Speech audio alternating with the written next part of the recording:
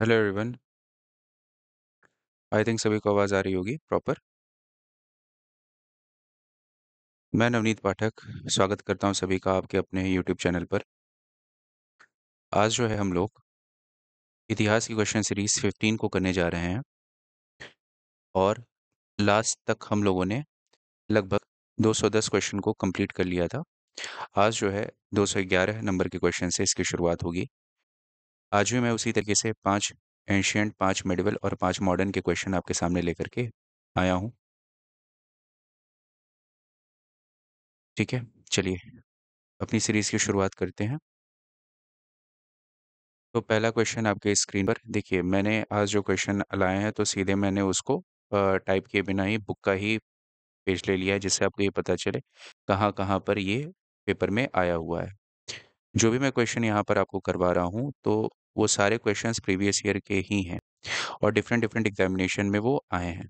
ठीक है, अब जैसे यूजीसी नेट का पेपर है तो ये तो काफ़ी हाई लेवल का पेपर हो जाता है। अब आप कहोगे सर ये हमारे लिए कैसे ज़रूरी है? अब देखिए बाबू, आपके लिए इस वजह से ज़रूरी है क्योंकि यहाँ पर जो क्वेश्चन पूछे जाते हैं वो थोड़े हाई लेवल के हैं। हम जब उन क्वेश्चंस के बारे में चर्चा करेंगे तो उसमें बहुत सारी चीज़ों की बात करेंगे और वो सारी चीज़ें इस क्वेश्चन का कुछ एक बिंदु या फिर जो भी हम चर्चा कर रहे हैं उसकी कुछ चीज़ें आपके सामने पेपर में दिख जाएंगी। इस वजह से सिंपल सी बात समझिए बाबू, अगर आप तैयारी अपनी ऐसी कर लो कि जिससे आप हाई से हाई लेवल के क्वेश्चंस आप उस सब्जेक्ट के कर सकते हो, तो नॉर्मल पेपर तो आपके वैसे ही निकल जाएँगे। तो प्रीवियस ईयर के क्वेश्चन पेपर सबसे शॉर्टेस्ट और सबसे स्मार्ट वर्क होते हैं कि जिससे आप अपनी तैयारी बूस्ट अप कर सकते हो, अच्छे से तैयार कर सकते हो। ठीक है? अब एक चीज़ ध्यान में रखिएगा, अगर आपकी सोच यूकेलिप्टस के पेड़ को छूने की है तो आम का पेड़ छू पाओगे। अगर सोच आम के पेड़ की छूने की है तो फिर टमाटर का पौधा ही छू पाओगे। अगर सोच ही तुम्हारी टमाटर के पौधे की है तो क्या छुओगे बेटा? घास छू पाओगे, क्योंकि आप जिस हिसाब से तैयारी करते हो, आपको थोड़ा-सा उससे कम लेवल का ही मिलता है। तैयारी बहुत अच्छी रहेगी तब जा कर के आप कहीं पर अपने आप को सेटल कर पाओगे। तो मैं जो यहाँ पर इतिहास के आपको क्वेश्चन करवा रहा हूँ, तो वो सारे पेपर के हैं। यूजीसी नेट के हैं, कोई टीजीटी, पीजीटी का एग्ज़ामिनेशन हुआ है उसके हैं, एसएससी में पूछे हुए क्वेश्चन हैं, यूपी पीसीएस के क्वेश्चन हैं, यूपीएससी के क्वेश्चन्स हैं, मतलब सारे टाइप के क्वेश्चन्स आपको मैं यहाँ पर करवाऊँगा। ठीक है बात? चलिए शुरुआत करते हैं। तो क्वेश्चन नंबर 211, निम्नलिखित में से कौन सा युग्म सुमेलित नहीं है पूछ रहा है। युग्म सुमेलित नहीं है पूछ रहा है, तो कौन सा युग्म इसमें सुमेलित नहीं है जल्दी से आप देख करके बताएंगे बाबू। सुमेलित नहीं है तो कभी भी अगर इस तरह के क्वेश्चन आपके पेपर में आते हैं है और नहीं है तो पहले उसको ऐसे गोला कर लिया करो। समझ में आई बात कि क्वेश्चन देखते समय जब आप आंसर को टिक करो तो आपको समझ में आए कि हाँ, क्योंकि बहुत सारे क्वेश्चंस होते हैं दिखता नहीं है। तो नहीं जब भी रहे तो नहीं को क्या करो बेटा, डार्क कर लिया करो ऐसे, ठीक है बात? या कुछ भी कर लिया करो जिससे आप जब आंसर टिक करो तो ये पता रहे कि नहीं वाले को कर रहे हो कि हाँ वाले को कर रहे हो। ठीक है, अब देखिए, तो अगर मैं ऋग्वेद और उनके ब्राह्मण्स की बात करता हूँ, ब्राह्मण क्या होते हैं बेटा, एक तरह से समझिए ऋग्वेद जो है वो बहुत ही क्लिष्ट वेद जो है आपकी क्लिष्ट भाषा में लिखे हुए हैं, बहुत ही कठिन भाषा में लिखे हुए हैं संस्कृत में। उनको समझाने का जो तरीका है वो ब्राह्मण में दिया हुआ है, उनकी एक्सप्लेनेशन जो है वो ब्राह्मण्स में दे रखी है। तो हर ऋग्वेद के अपने ब्राह्मण हैं। कौन कौन से ब्राह्मण हैं देखते हैं। देखिए, अगर आप ऋग्वेद की बात करते हो तो ऋग्वेद के जो ब्राह्मण हैं वो हैं आपके ऐतरेय, ऐतरेय और कौशितकी, कौशितकी। ठीक है बात, ऋग्वेद के ब्राह्मण हैं ये। वहीं पर सामवेद की अगर आप बात करते हो तो सामवेद के हैं आपके अ, अ, सामवेद के हैं आपके पंचविश, पचविश, जैमिनीय, जैमिनीय और षड्विश और षड्विश। वहीं पर अगर यजुर्वेद की बात करते हो तो उसका है शतपथ और तैत्तिरीय, शतपथ और तैत्तिरीय। अथर्ववेद के जो है वो है आपके गोपथ, गोपथ। अथर्ववेद के कौन है बेटा, गोपथ। तो अब यहाँ से देखते हैं, ऋग्वेद का देखिए ऐत्रेय है तो यहाँ पर ऐत्रेय लिखा हुआ, हाँ बिल्कुल सही है ये। सामवेद का देखिए पंचविश है, जैमिनी और षड्विश है। यहाँ पर क्या दिया हुआ है, तैत्तिरीय। तैत्तिरीय किसका है बेटा, यजुर्वेद का है। तो यही क्या हो गया आपका, गलत हो गया। अगर आप यजुर्वेद को देखते हो तो आपका शतपथ है और तैत्तिरीय है। ये क्या हो गया बेटा? बिल्कुल सही। और अथर्ववेद का क्या हो गया बेटा? गोपथ। अथर्ववेद का क्या हो गया बेटा? गोपथ हो गया। ठीक है, बात याद रहेगा इतना? चलो बहुत बढ़िया है। ब्राह्मण भी समझ में आ गए क्या होते हैं? बहुत सही है। चलो अब देखो, क्वेश्चन नंबर 212, उपनिषद कालीन अश्वपति कहाँ के राजा थे? अगर आप इस शब्द को देखें तो यहाँ पर लिखा हुआ है उपनिषद, उपनिषद। अब ये दो टर्म से मिलकर के बना हुआ है, उप और निषद। ठीक है बात। और अगर इसका शाब्दिक अर्थ निकालते हैं तो इसका होता है समीप, नीचे, बैठ। मतलब गुरु के समीप नीचे बैठ करके जो ज्ञान की प्राप्ति होती है उसे उपनिषद बोला जाता है। समझ में आई बात? चलिए, अगर मैं उपनिषदों की संख्या बोलूं तो इसकी उपनिषदों की संख्या है बेटा 108 हमारे पास। उपनिषद क्या है? एक तरह से समझिए ये फिलॉसफी है, फिलॉसफी ऑफ वेदा है। मतलब ये वेदों का दर्शन है, वेदों का दर्शन शास्त्र है, फिलॉसफी है। समझ में आ गया? फिलॉसफी ऑफ वेदा। समझ में आ गई बात? वेदों वैदिक काल की जो फिलॉसफी है वो आपके उपनिषद कहलाते हैं। ठीक है, अब यही पूछ रहा है कि जिस समय उपनिषद की रचना हो रही थी उस उपनिषद काल में अश्वपति कहाँ के राजा थे? तो अश्वपति जो थे वो राजा थे आपके कैकेयी के। कहाँ के राजा थे बेटा? कैकेयी के राजा थे। उपनिषद कालीन जो अश्वपति थे वो कहाँ के राजा थे बेटा? कैकेयी के थे। अगर यहाँ के राज्य की बात करते हैं, अगर इस समय के राज्य की बात करते हैं तो यहाँ का जो राज्य था वो आपका राजतंत्र हुआ करता था, राजतंत्र हुआ करता था। और कुछ कुछ जो थे वो आपके क्या थे बेटा? गणतंत्र थे। मतलब यहाँ का जो आपका राज्य होता था वो कैसा होता था बेटा? ज्यादातर राजतंत्र होता था और कुछ इसमें क्या होते थे बेटा? गणतंत्र हुआ करते थे। ठीक है बात। एनसीईआरटी की जो मैंने क्लासेस आपके ली हैं, क्लास 6 की एनसीईआरटी जो है वो लगभग खत्म होने के कगार पर है। आखिरी चैप्टर बचा हुआ है, वो इस वीक में मैं उसे करवा करके कंप्लीट कर दूंगा। फिर आपके पोल्स को देखूंगा कि जिसमें ज्यादा आप वोटिंग आई रहेगी वो सब्जेक्ट में शुरू कर दूंगा। या तो क्लास 7 की हिस्ट्री शुरू करूंगा या तो क्लास 6 की मैं जियोग्राफी शुरू कर दूंगा। ठीक है बात। ठीक है, या फिर हो सकता है मैं दोनों शुरू कर दूं। ठीक है, वो तो डिपेंड करता है क्या करूंगा। ठीक है, लेकिन इन्हीं दोनों में से कोई एक आपकी शुरू हो जाएगी। ठीक है, अब देखते हैं बाबू। नेक्स्ट क्वेश्चन है आपकी स्क्रीन पर, क्वेश्चन नंबर 213। जैसा कि गौतम और बौधायन ने लिखा उल्लेख किया है वैदिकोत्तर काल में वार्षिक ब्याज दर थी, तो गौतम सूत्र और बौधायन सूत्र में बाबू उस समय के भू राजस्व का वर्णन किया गया है। भू राजस्व का वर्णन किया गया है कि वहां की जो जनता थी वो किस प्रकार से भू राजस्व देती थी। तो वह अपनी उपज का जो होता था बेटा 15% वो दिया करते थे। कितना परसेंट दिया करते थे बेटा? 15% वो दिया करते थे अपनी उपज का। समझ में आ गई बात? तो 15% उस समय का वार्षिक ब्याज दर हुआ करती थी। ठीक है, नेक्स्ट आते हैं बाबू। भारतीय उपमहाद्वीप के किस भाग में हड़प्पा संस्कृति का उदय हुआ था? ये तो बच्चा बच्चा बता देगा बेटा। हड़प्पा संस्कृति का उदय उदय जो भारतीय उपमहाद्वीप है, इंडियन सब कॉन्टिनेंट क्या है बेटा? इंडियन सब कॉन्टिनेंट या भारतीय उपमहाद्वीप की बात करते हो तो इसमें आता है पाकिस्तान, इंडिया, नेपाल, भूटान और बांग्लादेश। मतलब ये 5 तो आते ही आते हैं। और कभी-कभी हम 2 को और शामिल कर लेते हैं, श्रीलंका और मालदीव्स। इसको शामिल कर लिया जाता है लेकिन ये 5 तो फिक्स हैं। मालदीव्स फिक्स कर लेते हैं। उपमहाद्वीप क्या होता है? अगर आप भौगोलिक दृष्टि से देखो, महाद्वीप का वो भाग जो किसी प्राकृतिक सीमा के द्वारा बाकी के अन्य महाद्वीप से कुछ इस प्रकार अलग होता है कि वहाँ की जलवायु, वहाँ का रहन-सहन का तरीका, वहाँ का बाकी का जितना भी आपकी प्राकृतिक चीज़ें होती हैं, वो सब बाकी के महाद्वीप से बिल्कुल भिन्न हो जाता है। ऐसे भौगोलिक क्षेत्र को उपमहाद्वीप बोला जाता है। तो भारतीय उपमहाद्वीप कि किस भाग में हड़प्पा संस्कृति का उदय हुआ था। तो अगर आप भारतीय महाद्वीप को देखोगे, तो भारतीय महाद्वीप के किस क्षेत्र में हुआ था? या अगर मैं इंडिया ले लूँ, इधर आपका पाकिस्तान है, इधर आपका नेपाल है, इधर आपका भूटान है, इधर आपका बांग्लादेश है और फिर कुछ आपके मतलब केसेज़ आ जाते हैं जो श्रीलंका हो जाता है और मालदीव्स हो जाता है।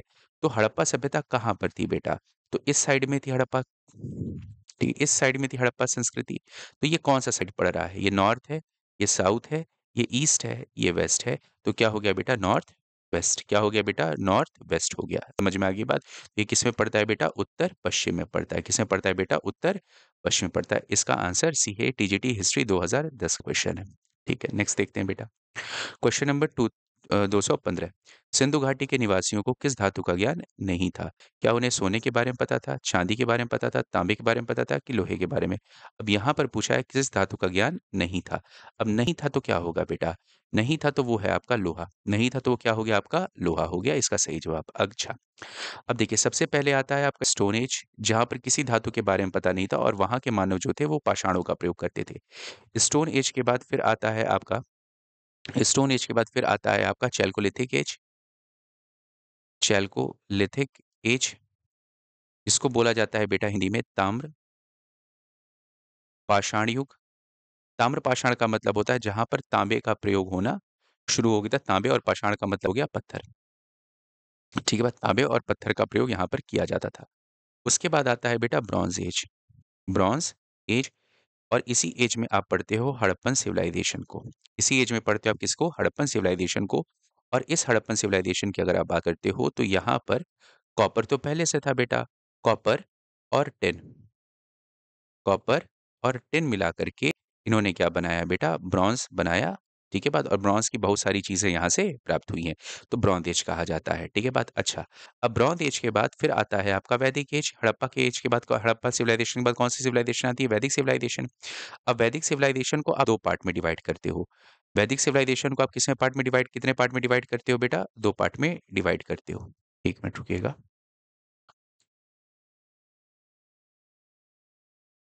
ठीक है बात। आप वैदिक सिविलाइजेशन को कितने पार्ट में डिवाइड करते हो बेटा? दो पार्ट में। तो एक होता है ऋग्वैदिक एज और एक होता है पोस्ट वैदिक एज। पोस्ट वैदिक एज या फिर इसी वैदिक एज को हम बोल देते हैं प्री वैदिक एज। क्या बोल देते हैं बेटा? प्री वैदिक एज।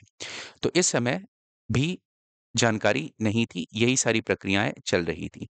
लेकिन जब आप पोस्ट वैदिक एज में आते हो, जैसे ऋग वैदिक एज का जो टाइम पीरियड है वो है आपका 1500 से लेकर के 1000 बीसी तक। ठीक है बात। वहीं पर अगर मैं पोस्ट वैदिक एज की बात करता हूं तो इसका जो टाइम पीरियड होता है 1000 से लेकर के 600 बीसी। ठीक है बात। अब यहां पर देखिए ये 1000 कॉमन है कि नहीं है बाबू? ये 1000 एक तरह से समझिए एक क्रांति का काल था। इस समय क्या हुआ? एक धातु मिली जिसको कहा जाता है लोहा, और इस लोहे के मिलने की वजह से राज्यों में परिवर्तन आए, अर्थव्यवस्था बदली, अर्थव्यवस्था में परिवर्तन आया, और उसी अर्थव्यवस्था में अगर आप देखोगे सबसे ज्यादा प्रभाव पड़ा आपके कृषि में। और राज्य में किस प्रकार से प्रभाव पड़ा बेटा? सेना में। किसमें प्रभाव पड़ा बेटा? सेना में, क्योंकि लोहा मिलने की वजह से वहां के लोगों को वेपन्स मिल गए, वहाँ के अलग-अलग हथियार बनना शुरू हो गए, अलग-अलग तरह की आपके और भी सामान बनने लगे, तो राज्य को सेना में बहुत ज़्यादा फ़ायदा मिला लोहा बनने की वजह से। और कृषि में क्या हुआ बेटा? हल मिल गए। अब हल बनने की वजह से, लोहे का हल बनने की वजह से अब जो कठोर भूमि होती थी उसकी जुताई अच्छी हो गई, जिस वजह से उत्पादन क्षेत्र बढ़ गया। अगर एरिया बढ़ेगा तो अब खेती भी बढ़ेगी, तो अर्थव्यवस्था में क्या आया बेटा? सुधार आया। तो सिंधु घाटी तक अगर आप यहाँ पर आते हो, हड़प्पन सिविलाइजेशन तक, तो यहाँ पर सिर्फ और सिर्फ कॉपर, टिन, सोने के उपकरण मिले हैं, चांदी का मिला है और तांबा का मिला है। तांबा तो था ही बेटा पहले से ही। चांदी की भी चीजें मिली हैं, सोने की मिली है, पर क्या नहीं मिला है? ये नहीं मिला है आपको लोहा। क्या नहीं मिला है बेटा? लोहा। ठीक है बात। और लोहे का जो प्राचीनतम साक्ष्य है वो 1000 बीसी का ही है। लोहे का जो प्राचीनतम साक्ष्य है वो 1000 बीसी का ही है, और वो मिला है आपके अतरंजी खेड़ा, जो कि एटा एटा उत्तर प्रदेश में स्थित है। ठीक है, नेक्स्ट आते हैं बाबू। Question number 216। अब यहाँ से शुरू हो जाती है आपकी मेडिवल हिस्ट्री। दिल्ली के किस सुल्तान ने चांदी का टका और तांबे का जीतल मौलिक सिक्कों के रूप में प्रचलित किया था? अब चांदी का, अब अगर आप बात करते हो चांदी का टका और और आपका तांबे के जीतल की इसकी शुरुआत जो थी, देखो कितनी जगह पर पूछा हुआ है।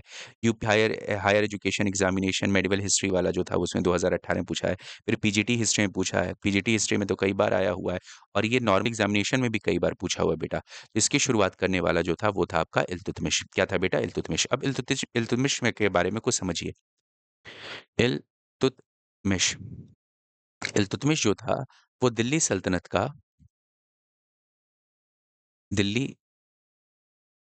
सल्तनत का पहला वास्तविक संस्थापक माना जाता है। संस्थापक माना जाता है और ये दिल्ली सल्तनत का दिल्ली सल्तनत का पहला सुल्तान भी था। पहला सुल्तान भी था और ये जो सुल्तान का जो खिल्लत होता है, खिल्लत या फिर इसको मंसूर बोला जाता है बेटा। खिल्लत या फिर मंसूर जो था, वह किसी गौर शासक से नहीं प्राप्त किया था। गौर शासक से नहीं प्राप्त किया था। नहीं प्राप्त किया था। ये सीधे खलीफा से प्राप्त किया था। खलीफा से प्राप्त किया था। प्राप्त किया था। समझ में आ गई बात कि नहीं आ गई? तो दिल्ली सल्तनत का वास्तविक संस्थापक किसे बोला जाता है? इल्तुतमिश का। इल्तुतमिश के पहले क्या था बेटा? कौन आए थे बेटा? कुतुबुद्दीन ऐबक आए हुए थे। इल्तुतमिश के पहले जो कुतुबुद्दीन ऐबक थे, वह सुल्तान की उपाधि नहीं धारण किए थे। वो ऐसे ही अपना समय बिताते हैं 2006 से 2006 कह रहा हूँ बेटा, 1206 से लेकर के 1210 तक वो ऐसे ही रहते हैं, फिर चौगान खिलते समय उनकी मृत्यु हो जाती है। उसके बाद से इल्तुतमिश गद्दी पर बैठता है, थोड़ा-सा विवाद होता है। ठीक है बात, इल्तुतमिश उसमें जीत जाता है, इल्तुतमिश गद्दी पर बैठता है, इल्तुतमिश गद्दी पर बैठने के बाद वह सुल्तान की उपाधि धारण करता है। तो पहला सुल्तान जो था दिल्ली सल्तनत का वो इल्तुतमिश था। अब इसने जो था वो सुल्तान का जो खिल्लत होता है मसूर, जैसे किसी भी पद के लिए आपको अनुमति लेनी पड़ती है या फिर एक तरह समझिए उसमें मोहर मरवाना पड़ता है। मोहर किससे मनवाओगे? तो जो उस समय इस्लामिक धर्म के जो धर्मगुरु हुआ करते थे उनको खलीफा बोला जाता था। उससे मंसूर ले लेते थे या फिर खिल्लत ले लेते थे। मतलब एक तरह समझिए एक मोहर होता था और उसको प्राप्त कर लेते थे और ये अपनी सत्ता को पूरी तरीके से प्रामाणिकता मिल जाती थी इसमें। ठीक है बात? तो खलीफा से इसने प्राप्त किया था। ठीक है बात? और अगर इल्तुतमिश की बात करते हैं तो वह इल्बरी कबीले से जुड़ा जुड़ा हुआ था। किस कबीले कबीले से जुड़ा हुआ था बेटा? इल्बरी कबीले से कबीले का सदस्य था। ठीक है बात? इल्बरी कबीले का ये सदस्य था। ठीक है बात? और इसने अपने शासनकाल में चांदी का टका चांदी का टका और तांबे का जीतल इसने चलवाया था। ठीक है बात? और अपने सिक्कों पर टकसाल का नाम लिखवाने की परंपरा भी परंपरा भी शुरू की। ठीक है बात? जो सिक्के होते थे उस पर किस टकसाल से वो बन रहे हैं उसका नाम लिखवाने की परंपरा भी इसने शुरू की थी। ठीक है बात? नेक्स्ट देखते हैं क्वेश्चन नंबर 217।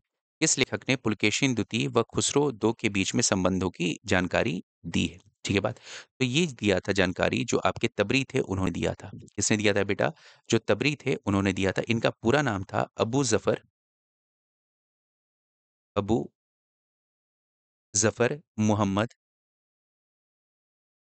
मुहम्मद इब्न ज़री उत तबरी।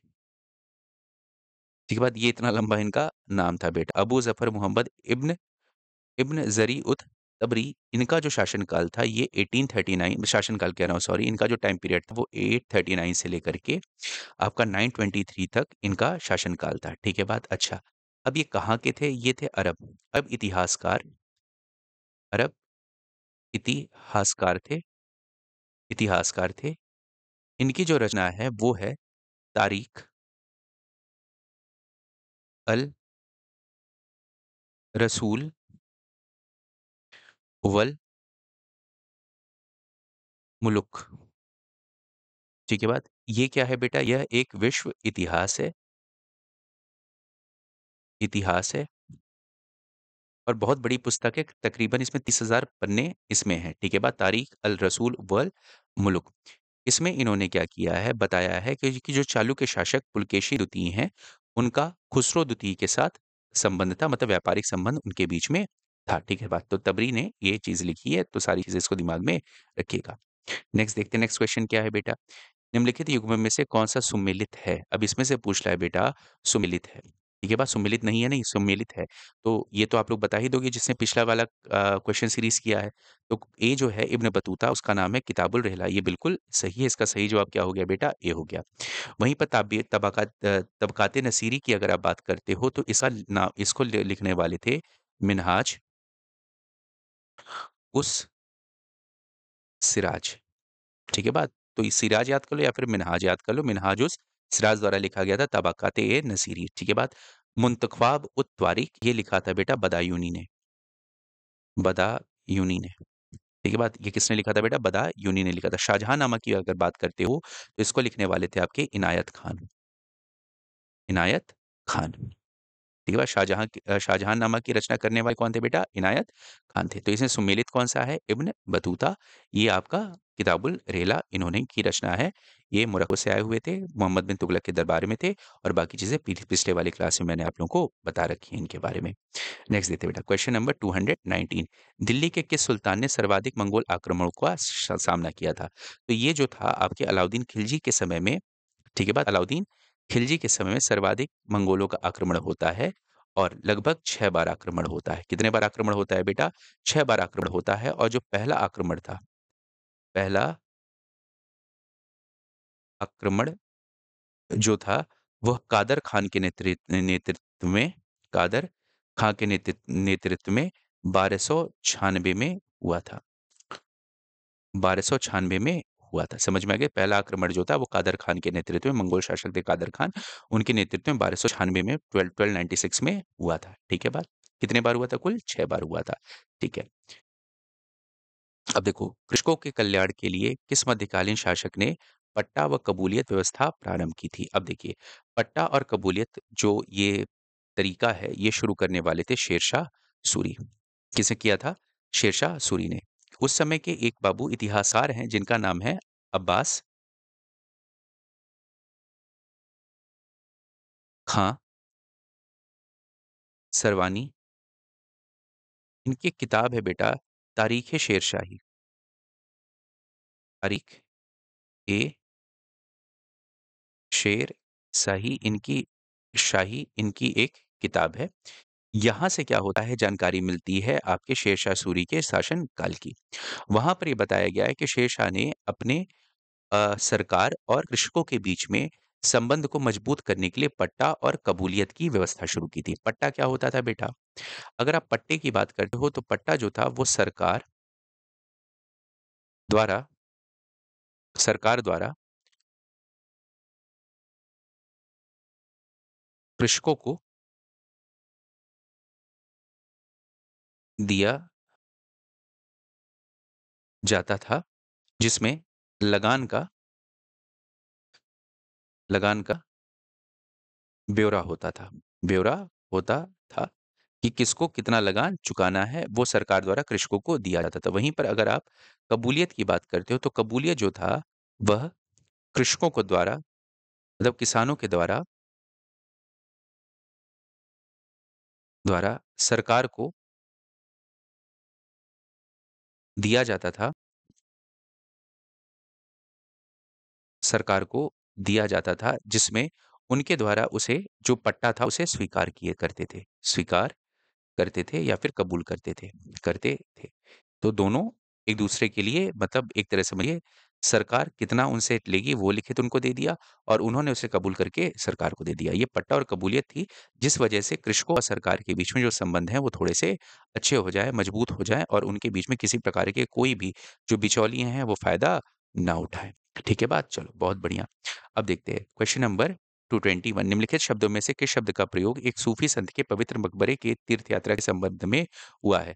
ये दिल्ली एसएसबी पीएचडी पीजीडी 2016 का प्रश्न है बेटा। तो इसके लिए जो तीर्थयात्री के लिए प्रयोग होता है, जहाँ पर पवित्र मकबरा होता है सूफी संतों का, उसको कहा जाता है बेटा दरगाह। क्या कहा जाता है बेटा? दरगाह कहा जाता है। खानका क्या-क्या होता है बेटा? खानका वह जगह होती है जहाँ पर सूफी संत निवास करते हैं। सूफी संत निवास करते हैं। ठीक है बात? ज़ियारत कौन होता है बेटा? ज़ियारत वह धर्म यात्री जो दरगाह या सूफी संत के मकबरे की दरगाह की यात्रा करते हैं यात्रा करते हैं, उनको ज़ियारत बोला जाता है। सिलसिला का शाब्दिक अर्थ होता है बेटा जंजीर। सिलसिला का शाब्दिक अर्थ क्या होता है बेटा? जंजीर होता है, जो कि शेख व मुरीद के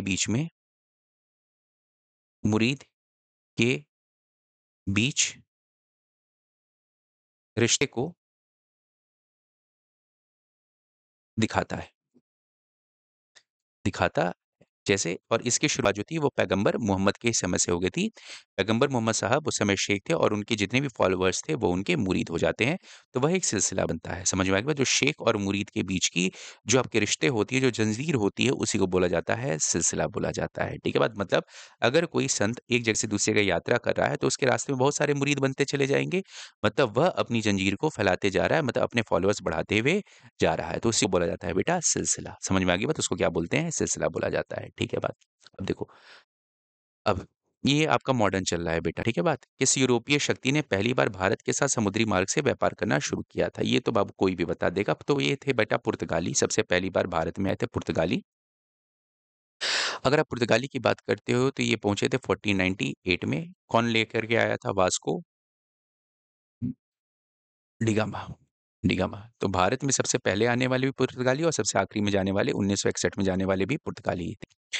ठीक है, नेक्स्ट आते हैं बेटा। क्वेश्चन नंबर 223 निम्नलिखित में से किस क्षेत्र में ब्रिटिश ने अपनी सबसे अधिक पूंजी का निवेश किया था? चाय, कवानी, जूट मिल, कपड़ा उद्योग, रेलवे, बैंकिंग, बीमा, शिपिंग। अब देखो, चाय, कवा और नील, यहाँ से इन्होंने राजस्व पाया था बेटा, पैसा पाया था। यहाँ पर निवेश पूछा जा रहा है, इन्वेस्टमेंट पूछा जा रहा है। तो इन्होंने इन्वेस्ट कहाँ पर किया है? तो इन्होंने इन्वेस्ट किया है बेटा रेलवे पे, बैंकिंग में, बीमा पे और शिपिंग पर। ठीक है बात? अब सीधी-सी बात है, जो बच्चा क्वेश्चन कायदे से नहीं पढ़ेगा, तो पहला ऑप्शन ही दिए हुए तो हाँ, चाय का व्यापार करते थे, हाँ करते थे। कहवा का हाँ करते थे। नील का हाँ, चंपारण विद्रोह तो हमने पढ़ा ही पढ़ा है। तो चाय, कहवा और नील यही होता था। तो यहाँ पर बाबू यहाँ पर निवेश नहीं है ये। यहाँ से इनको पैसा मिला है। ठीक है बात? और निवेश का मतलब होता है जहाँ पर उन्होंने इन्वेस्टमेंट किया है। रेलवे, बैंकिंग, बीमा, शिपिंग, इन सारी चीज़ों में उन्होंने पैसे अपने खर्चे हैं। समझ में आ गई बात? तो इन निवेश पूछ रहा है बेटा। ठीक है, नेक्स्ट देखते हैं। Question number 224। ठीक है बात? अब देखो, क्वेश्चन नंबर 224 क्या कहता है? भारत में आने वाला पहले जहाज का नाम क्या था?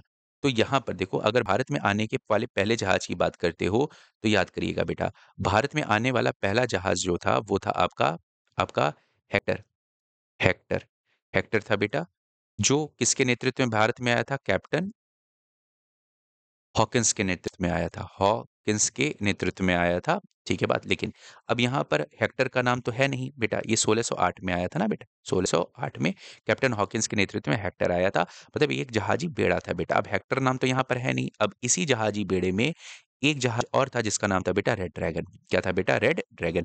अगर हेक्टर होता तो हेक्टर के साथ चले जाते। अब यहाँ पर नहीं दिया हुआ तो किसके साथ जाएंगे बेटा? रेड ड्रैगन के साथ जाएंगे। रेड ड्रैगन था वह इसी जहाजी बेड़े में आया था।